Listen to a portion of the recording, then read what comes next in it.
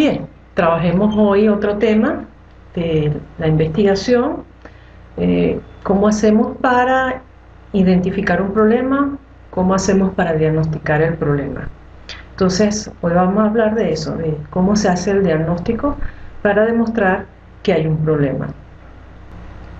¿Qué es diagnosticar? Bueno, cuando vamos al médico y sentimos que tenemos algún problema, nos sentimos mal y todo eso, el médico no diagnostica de una vez. Él siempre empieza a mandar que de repente unos test de sangre, o sea, unos exámenes de sangre, te puede mandar una resonancia según el dolor que tengas y dónde lo tengas, puede mandar a hacer rayo X, como muchas otros exámenes que los médicos mandan a hacer. Y hasta que no se hace eso, el médico no diagnostica lo que tiene el paciente.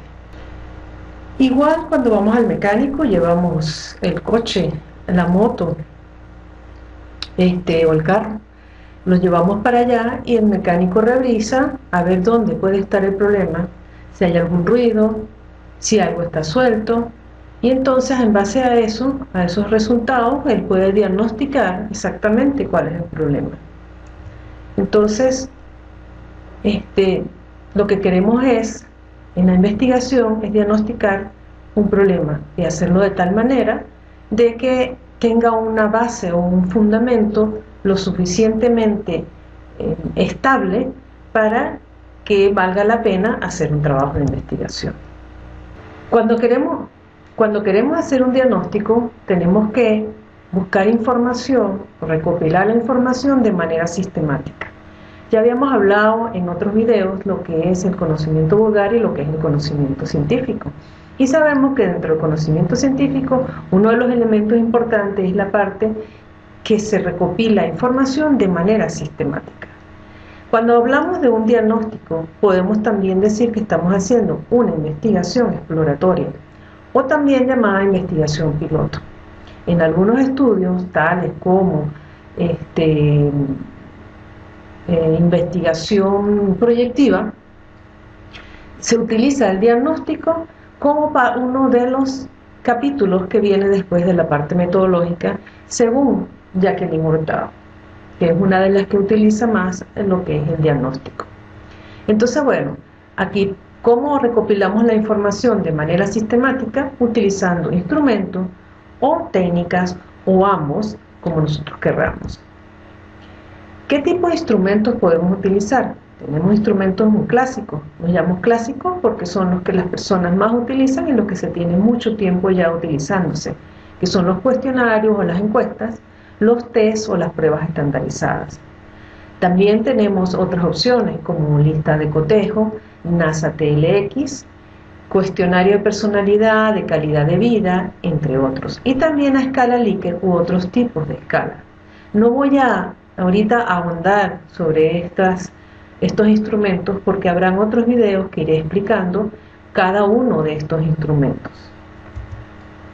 Como técnicas tenemos también las posibilidades, de las técnicas más clásicas que se utilizan muchísimo es la observación, de todo tipo de observación. Ahorita, como dije anteriormente, no voy a ahondar en los tipos de observación ni en las técnicas. También podemos utilizar entrevistas particular, que sería para una persona, también las hay grupal y focal. También podemos optar por la historia de vida, el análisis de tarea, grupo de discusión, sociograma, registro anecdótico, incidente crítico, fotovoz, Delphi, foro, fotohistoria, como pueden también haber muchas otras que no estoy nombrando aquí, pero solo esto es para el trabajo que voy a poner como ejemplo. Ok. El siguiente paso sería entonces triangular. Entonces podemos triangular a través de instrumentos y o técnicas, o sea, agarrando diferentes instrumentos o diferentes técnicas o la combinación de ambas, con los cuales vamos a recopilar la información. También se pueden triangular con sujetos. Por ejemplo, hay personas que trabajan con un solo grupo de sujetos, pero también se pueden trabajar con diferentes grupos de sujetos. Pongo el ejemplo en el área educativa, que sujetos con quienes podríamos triangular serían los estudiantes y los docentes, o podrían ser los estudiantes, los docentes y los representantes, o los docentes los empleados administrativos de una institución y los padres. Todo depende de lo que estemos buscando. También se puede triangular a través de los métodos de investigación, utilizando diferentes métodos de investigación para poder hacer los análisis. Y por último, también podemos triangular con las teorías. Diferentes teorías, haciendo comparación entre diferentes teorías. Por ejemplo, la teoría conductista, la teoría constructivista y la teoría cognitivista en un solo trabajo de investigación. Se puede también triangular la información que uno haya recopilado para ver los resultados. Pero ahorita no voy a andar en lo que es la triangulación, porque para eso habrá otro video donde explicaré mucho más a profundidad cómo se hace la triangulación. Entonces, en este caso vamos a poner el ejemplo con una triangulación entre instrumentos o técnicas y los sujetos. También se pueden combinar, obviamente. Bien, podemos triangular entre dos fuentes. Aquí tenemos la técnica de la entrevista, por ejemplo, aplicada a los sujetos 1, que serían los docentes, y el instrumento test, que lo estamos aplicando a los sujetos 2, o sea que serían los estudiantes. Entonces, la información que recopilemos de estos dos grupos a través de esta técnica y este instrumento, a través de ello pues vamos a triangular la información para identificar cuál puede ser el problema que necesitaríamos estudiar. También se puede triangular entre tres fuentes de información. Entonces, en este caso estoy hablando de que vamos a utilizar un instrumento y vamos a utilizar dos técnicas. Serían las fuentes con las que vamos a utilizar para sacar la información, igual a los docentes y a los estudiantes. Pero como podemos ver, la técnica, decidimos aplicar en este caso dos técnicas con los estudiantes. No necesariamente tiene que ser siempre técnicas con los estudiantes. También se puede aplicar una técnica y un instrumento con los estudiantes, o a los docentes aplicarle un instrumento y una técnica, o dos instrumentos. Todo depende, como ya he venido diciendo, de lo que deseamos estudiar. Bien, ahora vamos a ver los pasos los elementos que pertenecen al diagnóstico.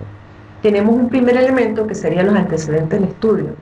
Esto es la parte del análisis descriptivo de la información recopilada a través de las técnicas o de los instrumentos.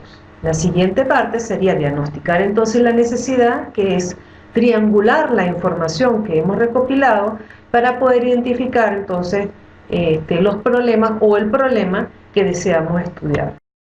Y por último, la evaluación de las condiciones actuales, explicaciones tentativas y posibles tendencias futuras. ¿Qué significa esto? Evaluación de las condiciones actuales significa que vamos a definir el problema. Explicaciones tentativas quiere decir cuáles son las posibles causas que han generado ese problema.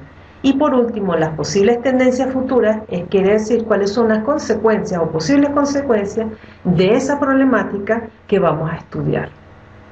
Ya lo veremos en el siguiente video, lo veremos mucho más definido y con ejemplos. Gracias por su atención.